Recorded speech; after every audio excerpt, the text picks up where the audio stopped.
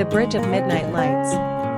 Evelyn had always loved the city at night. The world seemed softer under the glow of street lamps, the noise fading into a hum that felt almost like music. She often found herself walking home late from the small bookstore where she worked, her path crossing the old bridge that stretched over the river. The bridge was quiet, lined with lanterns that reflected against the water like 1,000 tiny stars. That was where she first saw him. The man was leaning against the railing, sketching in a small notebook. His dark hair was windswept, and his eyes seemed lost in thought. When Evelyn passed by, he looked up and smiled.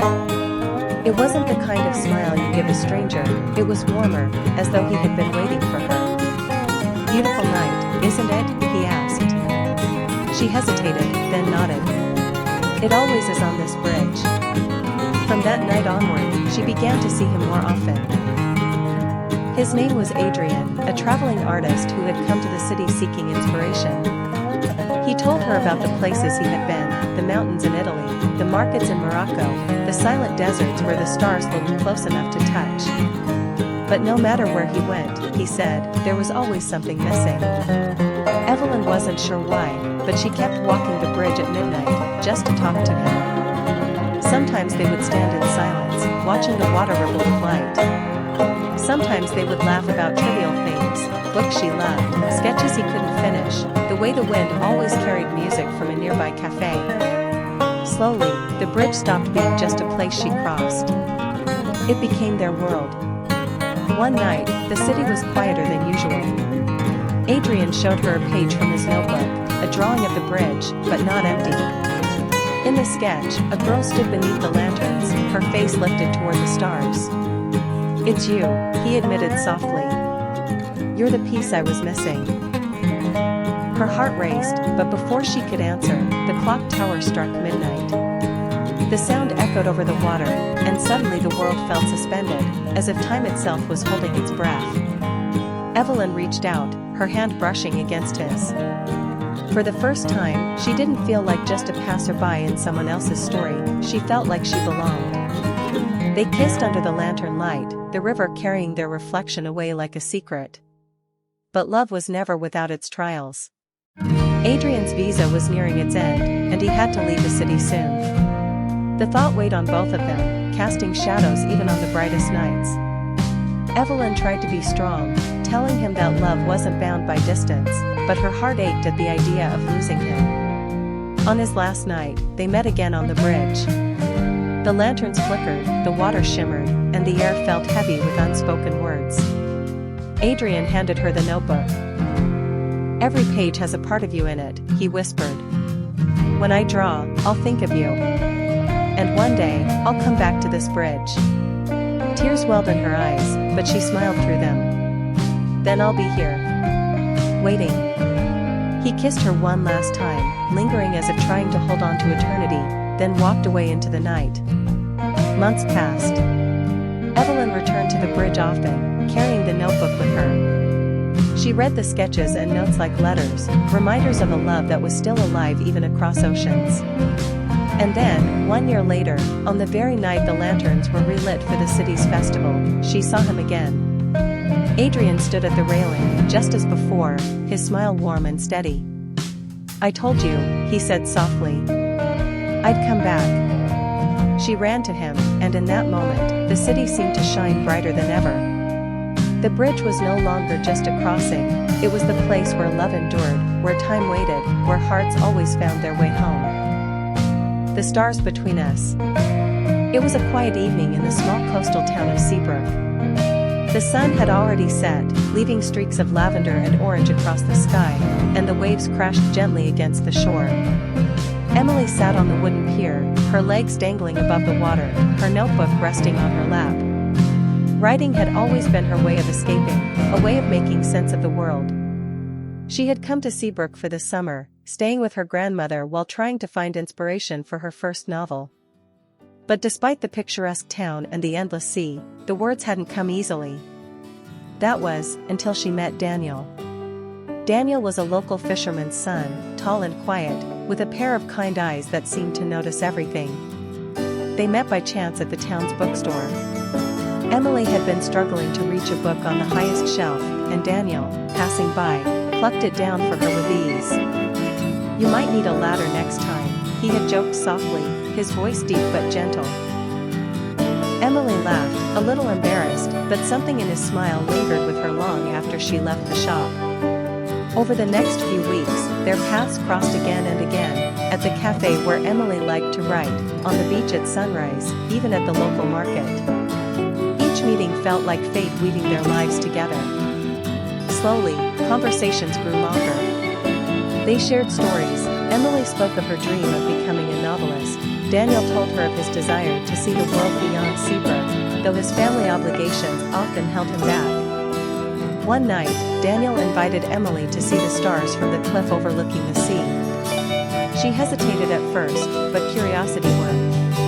Wrapped in a blanket, they sat side by side as the sky revealed a canvas of stars so clear it looked like another world. "Do you ever wonder," Daniel said, pointing at the brightest star, "if somewhere, someone else is looking at the same sky, feeling the same way we do right now?" Emily turned her head to look at him. The starlight glowed in his eyes, and her heart skipped a beat. "Maybe," she whispered. "But I think this moment belongs only to us." That night changed everything. Their friendship deepened into something unspoken, something neither dared to name yet. Emily found herself writing more than ever before, pages filled with inspiration drawn from the warmth of Daniel's presence. Daniel, too, found courage in her laughter and dreams, as if she carried a piece of the world he longed to see. But summer, like all seasons, did not last forever. Emily's return to the city loomed closer each day, and with it, the fear of leaving Daniel behind. She wanted to stay, but reality was a cruel reminder that stories sometimes ended before we were ready. On her last night in Seabrook, Daniel walked her back to the pier where they had first truly spoken. The moonlight reflected on the water, and the silence between them was heavier than words. "I don't want this to end," Emily finally said, her voice trembling. Daniel looked at her, then reached for her hand. "Then don't let it.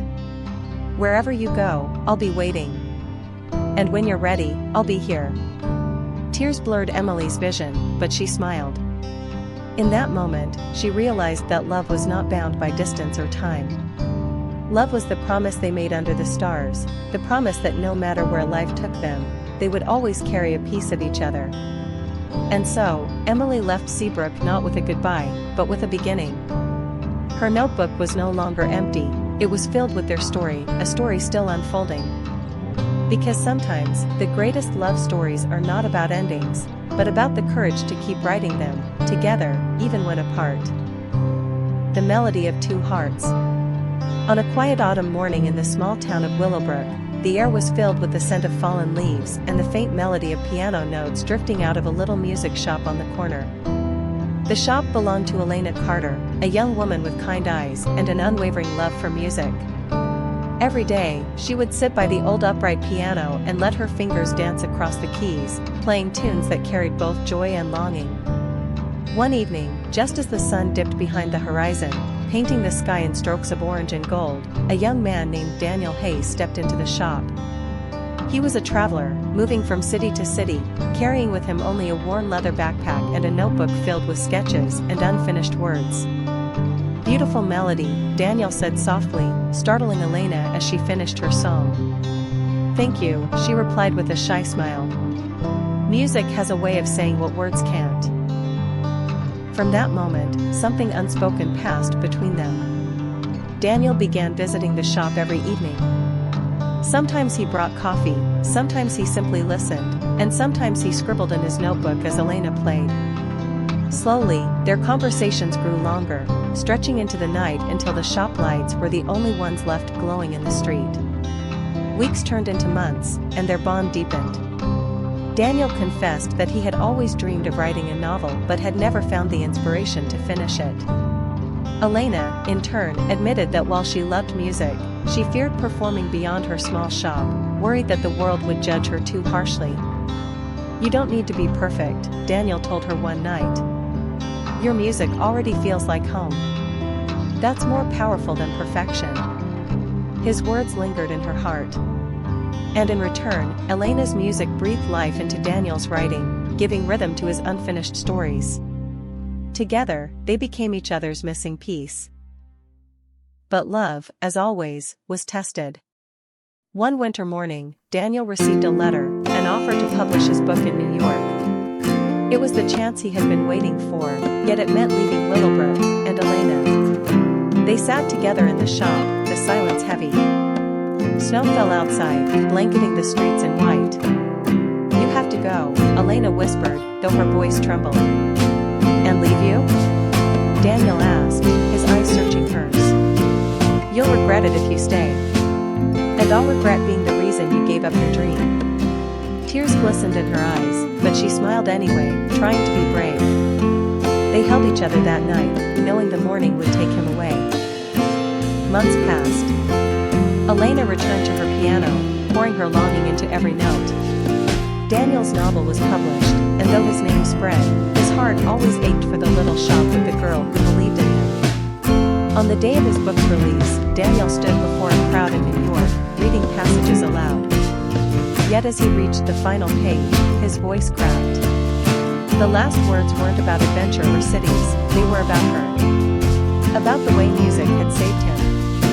About the girl who taught him that love was the truest melody. Without hesitation, Daniel booked the next train back to Willowbrook. It was spring when Elena found him standing at the doorway of her shop, holding a copy of his book in one hand and a single rose in the other. "You came back," she whispered, tears streaming down her cheeks. "I realized something," Daniel said, his voice steady. "A dream means nothing if I can't share it with you. You are my story, Elena." She ran into his arms, and for the first time, she let her music and her heart play without fear. Together, they built a new life, one where her melodies and his words intertwined, creating a symphony that neither time nor distance could ever silence. And in that little shop on the corner of Willowbrook, love became the most beautiful song ever written.